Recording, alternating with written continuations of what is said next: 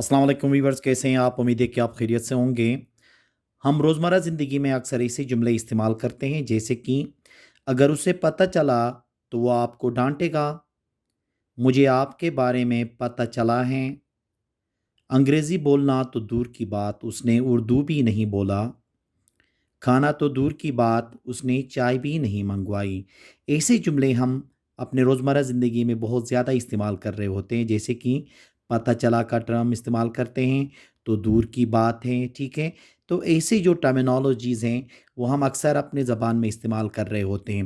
जब ऐसे जुमलों को इंग्लिश में बोलना होता है, तो हम वो कौन से स्ट्रक्चर इस्तेमाल करेंगे जिसके ज़रिए हम आसानी से ऐसे जुमलों को इंग्लिश में बोल सकें? तो आइए शुरू कर लेते हैं। पहला जो हमारा स्ट्रक्चर होगा वो पता चल जाना। इसके लिए इस्तेमाल होता है इंग्लिश में come to know. Come to know का लफ्ज़ इसलिए हम इस्तेमाल करते हैं उर्दू में, जैसे कि हम कहते हैं ना पता चला है, पता चलेगा, ठीक है? तो पता चलने के लिए कम टू नो का लफ्ज़ इस्तेमाल होता है। अब इसका जो स्ट्रक्चर बनेगा कुछ इस मुताबिक बनेगा। पहले सब्जेक्ट, फिर उसके बाद हेल्पिंग वर्ब, फिर कम टू नो, फिर अदर वर्ड्स आगे आ जाएँगे। अब ये कम टू नो जो है वो टेंस के मुताबिक अपने आप को क्या करेगा, चेंज करता चला जाएगा और हेल्पिंग वर्ब भी चेंज हो जाएगा। जैसे कि देखें, मुझे आपके बारे में पता चला है। मुझे आपके बारे में पता चला है। I have come to know about you. I have come to know about you. अगर उसे पता चला तो वो आपको डांटेगा। अगर उसे पता चला तो वो आपको डांटेगा। If he comes to know, he will scold you. If he comes to know, he will scold you. आपको कैसे पता चला? आपको कैसे पता चला? How did you come to know? How did you come to know? देखिए, मैंने पहले ही कहा था कि ये हेल्पिंग वर्ब्स क्या होंगे, टेंस के मुताबिक चेंज होंगे। ये पास्ट सिंपल था तो हेल्पिंग वर्ब यहाँ पे डिड लगा, ठीक है? उसे हमारे बारे में कैसे पता चल जाता है? उसे हमारे बारे में कैसे पता चल जाता है? How does he come to know about us? How does he come to know about us? तो पता चलने के लिए क्या इस्तेमाल करते हैं? कम टू नो का इस्तेमाल कर लेते हैं। जैसे जहाँ जहाँ पता चल जाने की बात हो रही है वहाँ पे हम क्या इस्तेमाल कर रहे हैं? कम टू नो का इस्तेमाल कर रहे हैं। फिक्र मत करो, आपको पता चल जाएगा। फिक्र मत करो, आपको पता चल जाएगा। Don't worry, you will come to know. Don't worry, you will come to know. तो इसका मतलब ये हुआ कि पता चल जाने के लिए क्या इस्तेमाल करते हैं? कम टू नो का इस्तेमाल करते हैं। अब ये कम टू नो आप हर टेंस के अंदर इस्तेमाल कर सकते हो, ठीक है? दूसरा है हमारा नॉट टू स्पीक ऑफ, तो दूर की बात। अक्सर हम अपनी ज़बान में ऐसे जुमले इस्तेमाल करते हैं। खाना खाना तो दूर की बात, हमने चाय भी नहीं पी, ठीक है?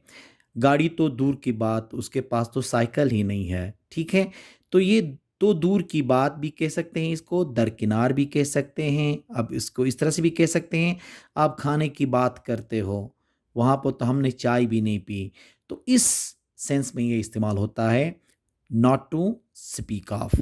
अब इसका जो फार्मूला बनेगा नॉट टू स्पीक ऑफ, फिर उसके बाद नाउन भी आ सकता है। अगर वर्ब आया तो उसका हमने आईएनजी फॉर्म इस्तेमाल करना, फिर उसके बाद आगे दोबारा दूसरा सेंटेंस शुरू होगा। जैसे कि देखें, अंग्रेजी बोलना तो दूर की बात, उसने उर्दू भी नहीं बोला। अंग्रेजी बोलना तो दूर की बात, उसने उर्दू भी नहीं बोला। Not to speak of speaking English, he did not speak even Urdu. Not to speak of speaking English, he did not speak even Urdu. जैसे कि हमने कहा था कि अगर नॉट टू स्पीक ऑफ के बाद अगर वर्ब आएगा तो हमेशा किस में आएगा? आईएनजी में। तो इसलिए देखें ना यहाँ पे स्पीकिंग इंग्लिश हो गया। अगर यहाँ पे सिर्फ अंग्रेजी तो दरकिनार अगर हमने कहा था तो not to speak of English होता, फिर वहाँ पे नाउन इस्तेमाल होता।